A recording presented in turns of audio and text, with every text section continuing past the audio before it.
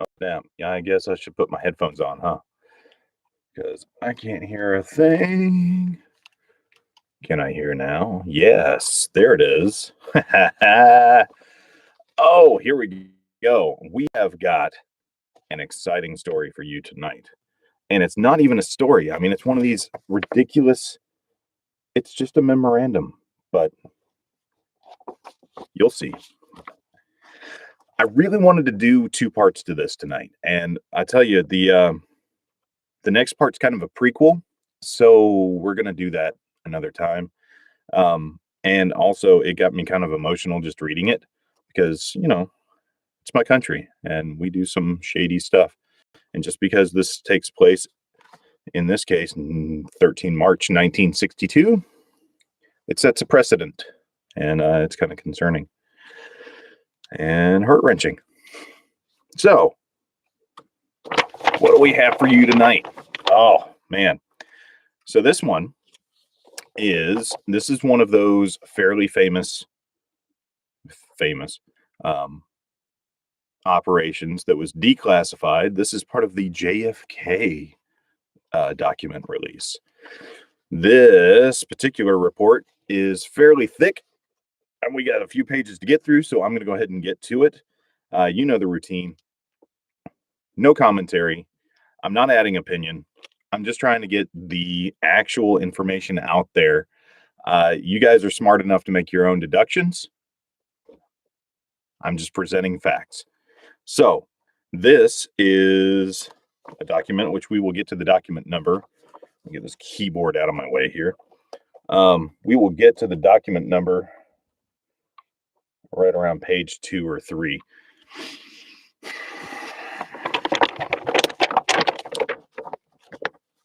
Here we go. The Joint Chiefs. Wow, I mucked that up. The Joint Chiefs of Staff, Washington, D.C., unclassified, 13 March 1962. Memorandum for the Secretary of Defense. Subject: justification for U.S. military intervention in Cuba. 1. The Joint Chiefs of Staff have considered the attached memorandum for the Chief of Operations Cuba project, which responds to a request of that office for brief but precise description of pretexts which would provide justification for U.S. military intervention in Cuba. 2. The Joint Chiefs of Staff recommend that the proposed memorandum be forwarded as a preliminary submission suitable for planning purposes. It is assumed that there will be similar submissions from other agencies and that these inputs will be used as a basis for developing a time-phased plan. Individual projects can then be considered on a case-by-case basis. 3. Furthermore, it is assumed that a single agency will be given the primary responsibility for developing military and paramilitary aspects of the basic plan. It is recommended that this responsibility be both overt and covert military operations. It is recommended that this responsibility for both overt and covert military operations be assigned the Joint Chiefs of Staff. For the Joint Chiefs of Staff, there's some stamping here. Apparently, it was still classification was continued in 21 May 1984. The signature on this is L.L. Lemonser, Chairman, Joint Chiefs of Staff. 1. Enclosure memo for Chief of Operations, Cuba Project. Excluded from GDS, excluded from automatic regrading. DoD Directive 5200.10 does not apply. Top secret, special handling. There it is. Page 2.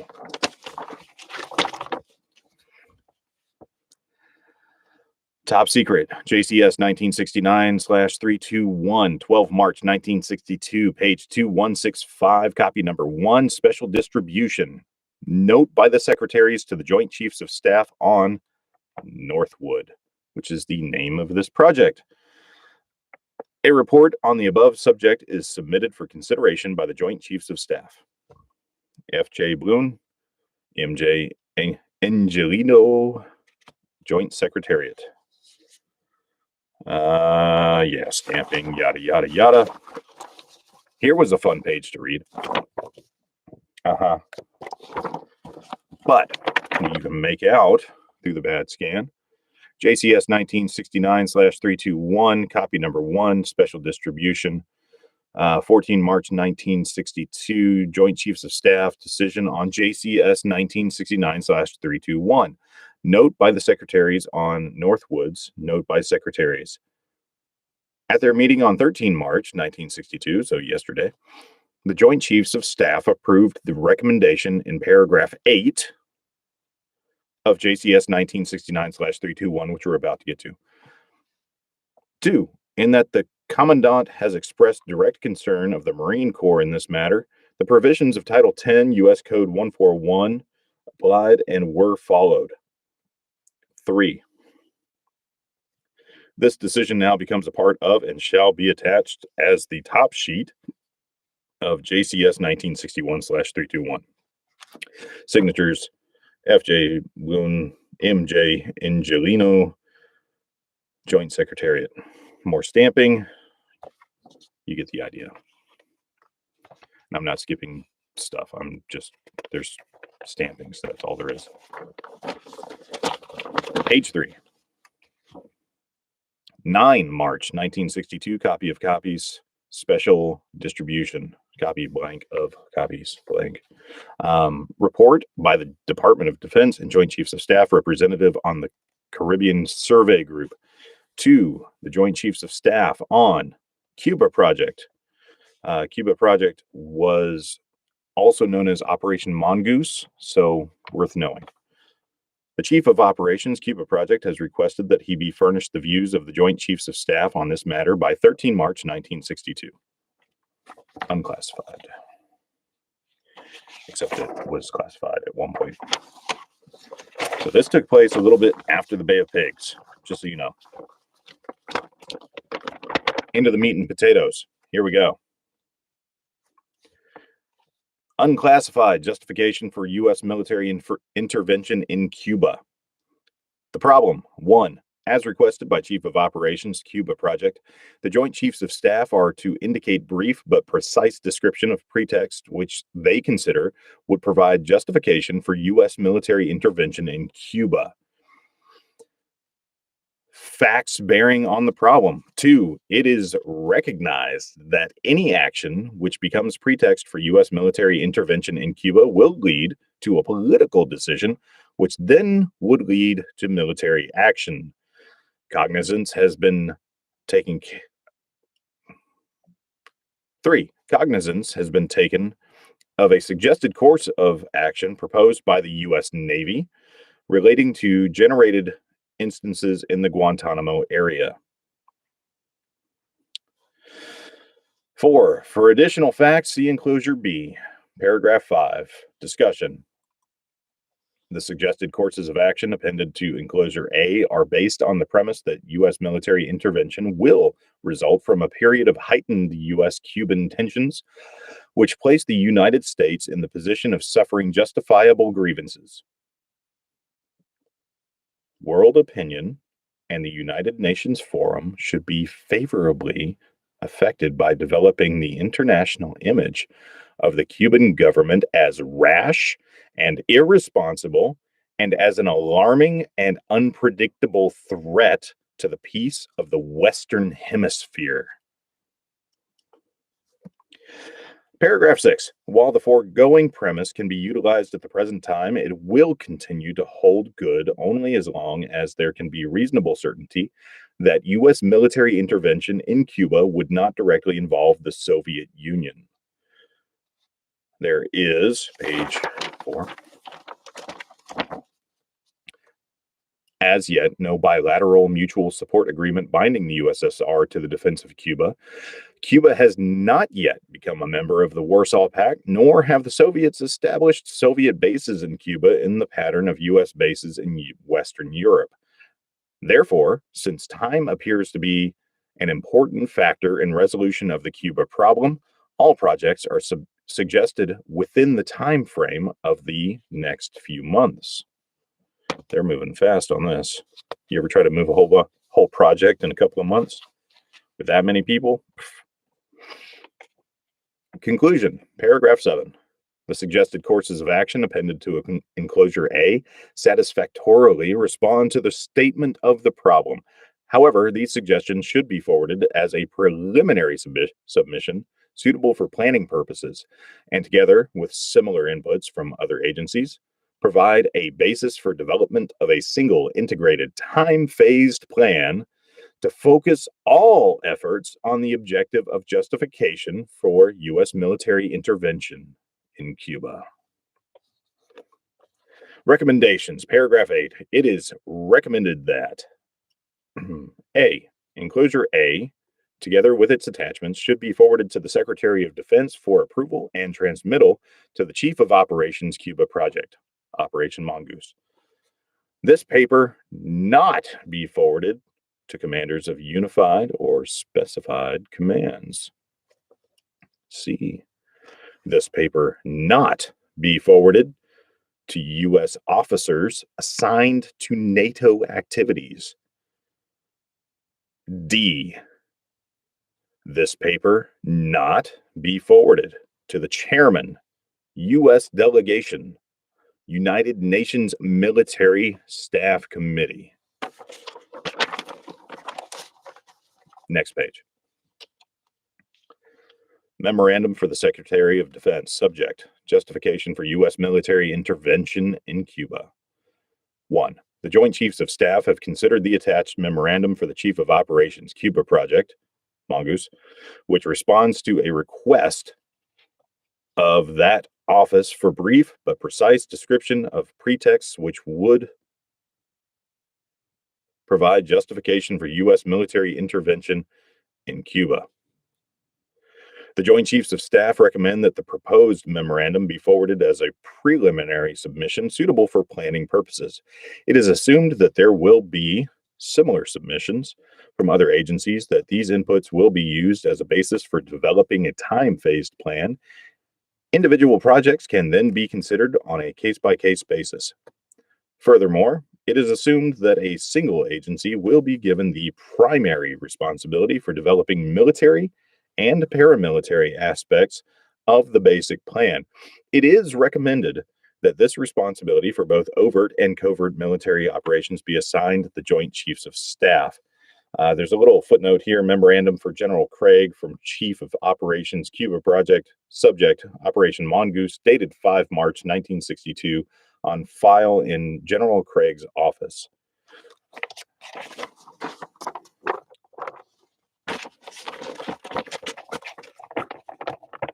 Still with me? Here we go. Appendix to Enclosure A, draft. That was probably a mouse. Subject, justification for U.S. military intervention in Cuba. 1. Reference is made to memorandum from Chief of Operations Cuba Project for General Craig, subject Operation Mongoose, dated 5 March 1962, which requested brief but precise description of pretexts which the Joint Chiefs of Staff consider would provide justification for U.S. military intervention in Cuba. Paragraph 2. The projects listed in the enclosure hereto, and we're getting to paragraph 8 of the enclosure that they were talking about at the beginning. Hereto are forwarded as a preliminary. Hey, Billy Bob made it. Sorry, I got distracted. I've got Billy Bob. Shout out, man. Always appreciate you viewing and tagging along. Here we go.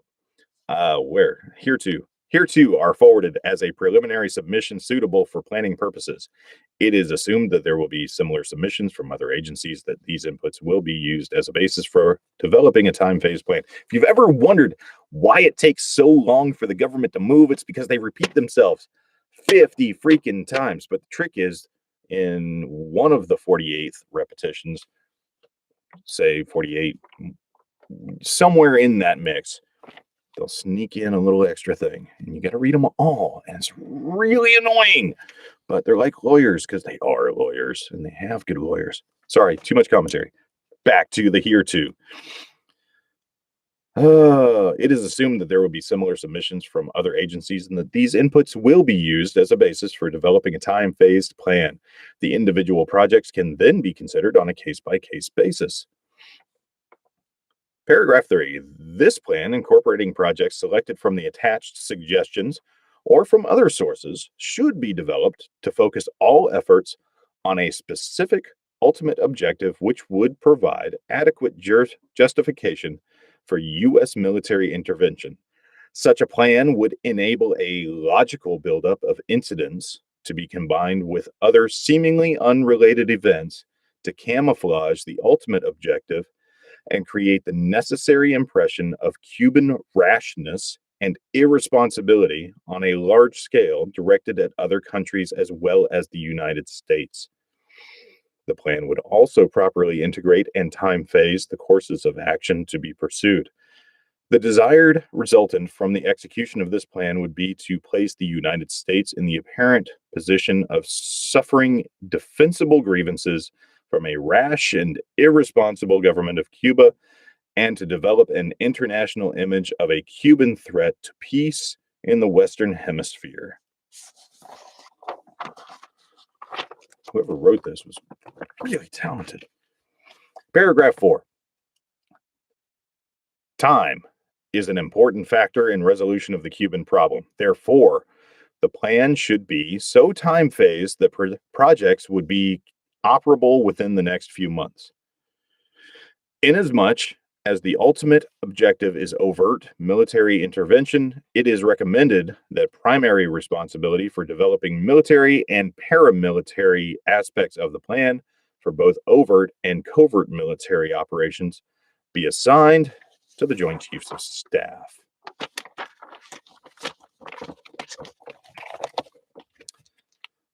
Continuing.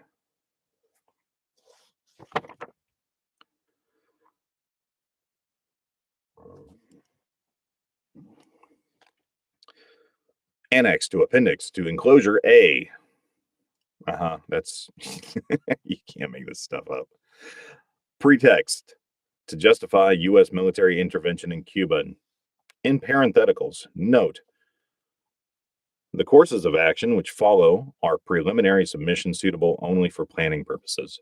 They are arranged neither chronologically nor in ascending order.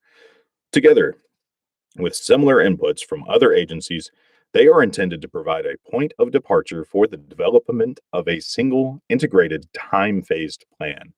Such a plan would permit the evaluation of individual projects within the context of cumulative, correlated actions designed to lead inexorably to the objective of adequate justification for U.S. military intervention in Cuba.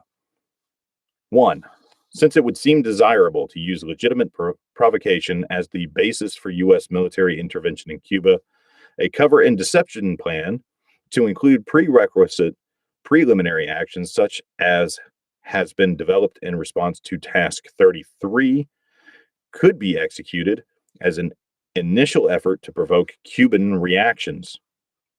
Harassment plus deceptive actions to convince the Cubans of imminent invasion would be emphasized. Our military posture throughout the execution of the plan will allow a rapid change from exercise to intervention if Cuban responses justifies. Paragraph 2.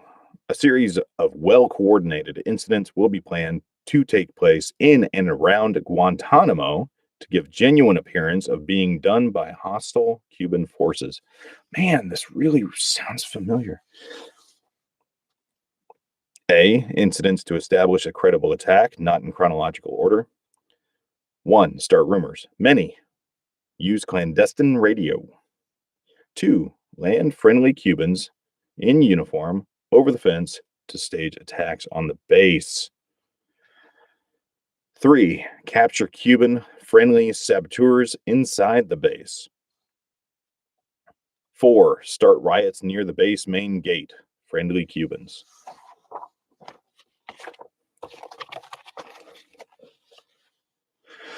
5. Blow up ammunition inside the base. Start fires. 6. Burn aircraft on airbase. Sabotage. 7. Lob mortar shells from outside of base into base, some damage to installations. Well, at least they admitted. 8. Capture assault teams approaching from the sea or vicinity of Guantanamo City. 9. Capture militia group which storms the base. 10. Sabotage ship in harbor, large fires, naphthalene. That's not good. 11. Sink ship near harbor entrance, conduct funerals for mock victims. I'm going to read that one again. Sink ship near harbor entrance, conduct funerals for mock victims.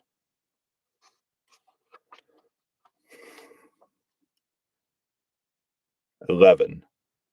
Sink ship near harbor entrance, conduct funerals for mock victims. May be in lieu of 10, which was sabotage ship in a harbor, large fires, naphthalene. United States would respond by executing offensive operations to secure water and power supplies, destroying artillery and mortar emplacements which threaten the base. C. Commence large-scale United States military operations. 3. A Remember the Maine incident could be arranged in several forms.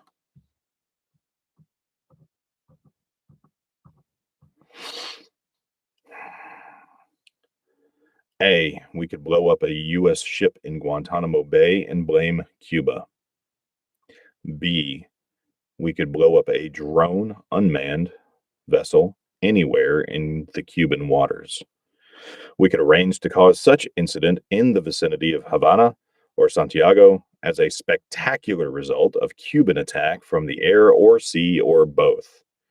The presence of Cuban planes or ships merely investigating the intent of the vessel should be fairly compelling evidence that the ship was taken under attack. The nearness to Havana or Santiago would add credibility, especially to those people that might have heard the blast or have seen the fire.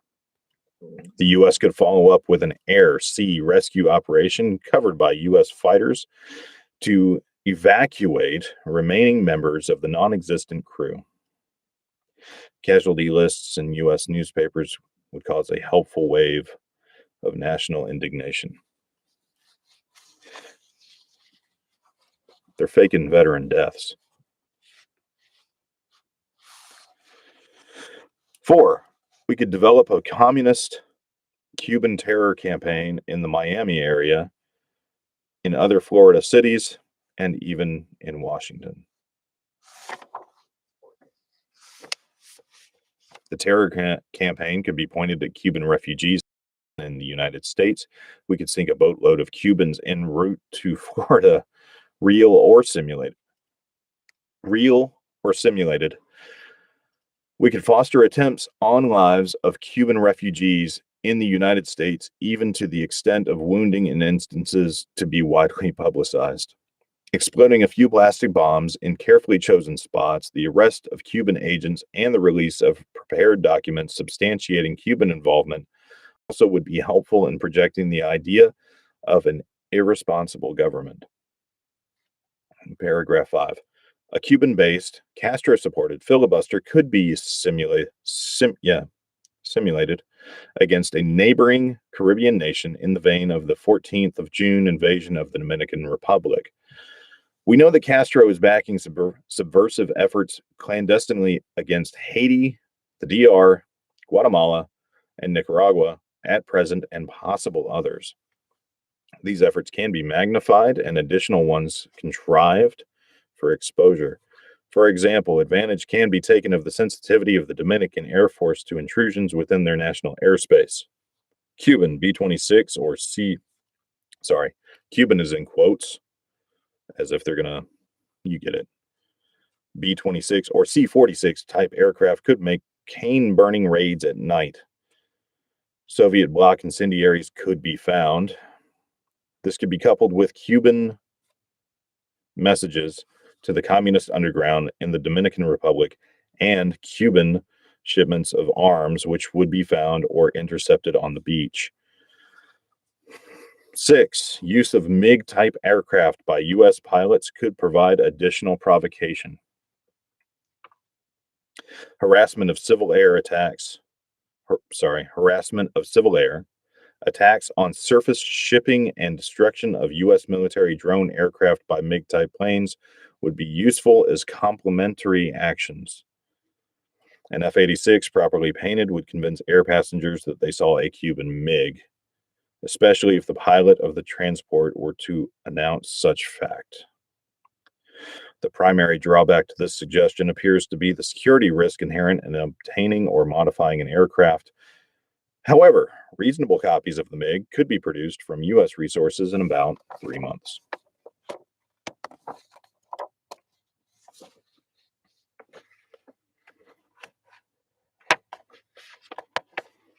Yeah, it's 2 pages. It just doesn't want to come apart. Come on, then. Not licking my finger. That's like anti-COVID. There we go.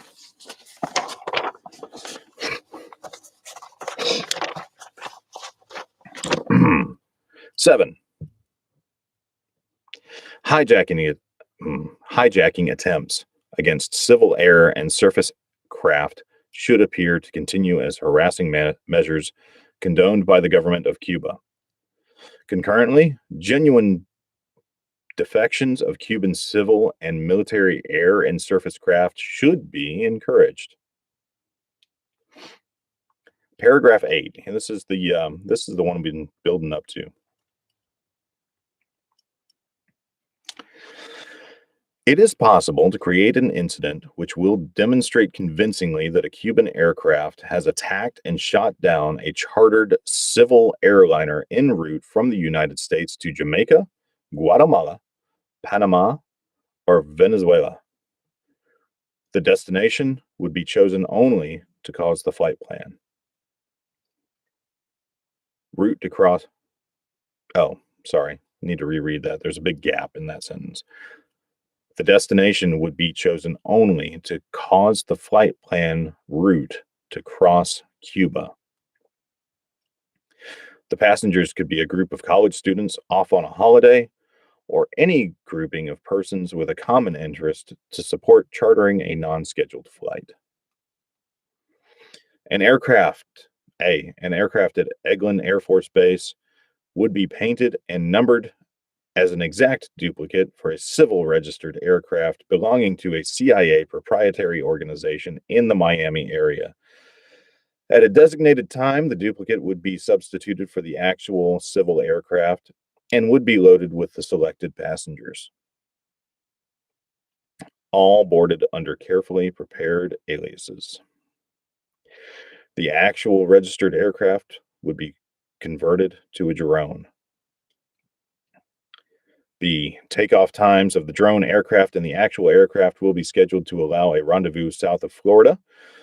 From the rendezvous point, the passenger carrying aircraft will descend to minimum altitude and go directly into an auxiliary field at Eglin Air Force Base, where arrangements will have been made to evacuate the passengers and return the aircraft to its original status. The drone aircraft, meanwhile, will continue to fly the filed flight plan. Wow. When over Cuba, the drone will being transmitted on the international distress frequency a Mayday message stating he is under attack by Cuban MiG aircraft. The transmission will be interrupted by destruction of the aircraft, which will be triggered by radio signal. This will allow ICAO radio stations in the Western Hemisphere to tell the U.S. what has happened to the aircraft, instead of the U.S. trying to sell the incident. Option 9. It is possible to create an incident which will make it appear that communist Cuban MiGs have destroyed a U.S. Air Force aircraft over international waters in an unprovoked attack. A. Approximately 4 or 5 F-101 aircraft will be dispatched in trail from Homestead Air Force Base, Florida, to the vicinity of Cuba. Their mission will be to reverse course and simulate a word I don't get.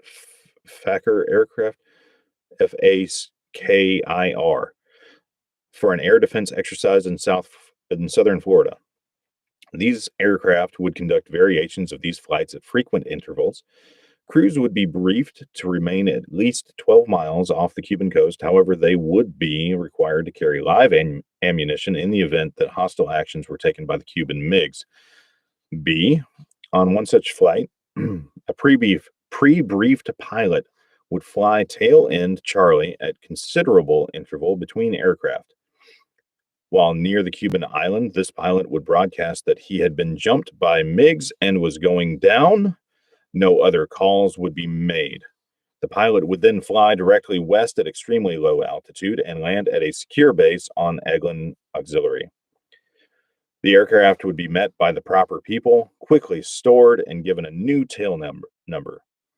The pilot, who had performed the mission under an alias, would resume his proper identity and return to his normal place of business. The pilot and aircraft would then have disappeared. C. At precisely the same time that the aircraft was presumably shot down, a submarine or small surface craft would disperse F-101 parts, parachute, etc. at approximately 15 to 20 miles off the Cuban coast and depart. The pilots returning to Homestead would have a true story as far as they knew. Search ships and aircraft could be dispatched and parts of aircraft found.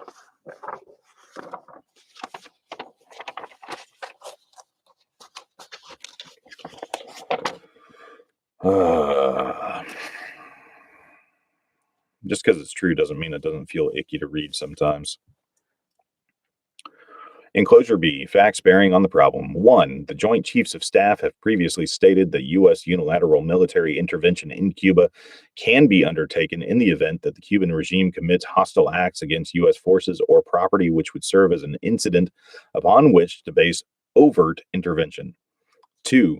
The need for positive action in the event that current covert efforts to foster an internal Cuban rebellion are unsuccessful was indicated by the Joint Chiefs of Staff on 7 March 1962 as follows, quote, determination that a credible internal revolt is impossible of attainment during the next 9 to 10 months will require a decision by the United States to develop a Cuban provocation as justification for positive U.S. military action.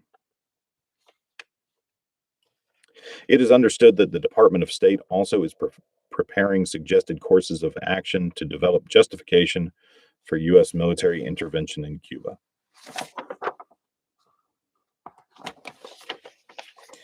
So the good news is Kennedy shot these ideas down.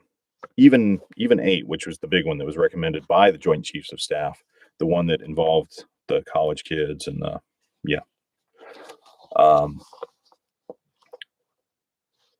that could be one of the reasons, that he wasn't in favor with certain powers that be, and maybe that would be a leap, that would be theory, that would be commentary.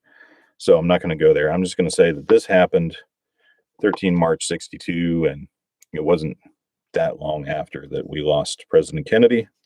But don't go thinking that he was some kind of saint, that was the hero, the martyr that went down either. The other project that I wanted to read to you tonight, Project Mongoose, that was mentioned at the beginning of this report, that's part of this whole overarching program, kind of like MK Ultra had little sub projects. That one he authorized. That one was legit. It was 100%. He had full support on it from the Joint Chiefs, and he was behind it. That one's the one we're going to read next. So fasten your seatbelt. Thanks for watching. These are out there. Go read what you can. I mean, as usual, it's mostly boring, but the parts that aren't boring are so important. Thanks for listening. Thanks for watching. Have a great night. Billy Bob, thanks for being out there, man. I really appreciate you. See you next time. I can't kill this thing because my mouse fell down. Slightly embarrassing. All right, let's try this again. Here we go. Yeah.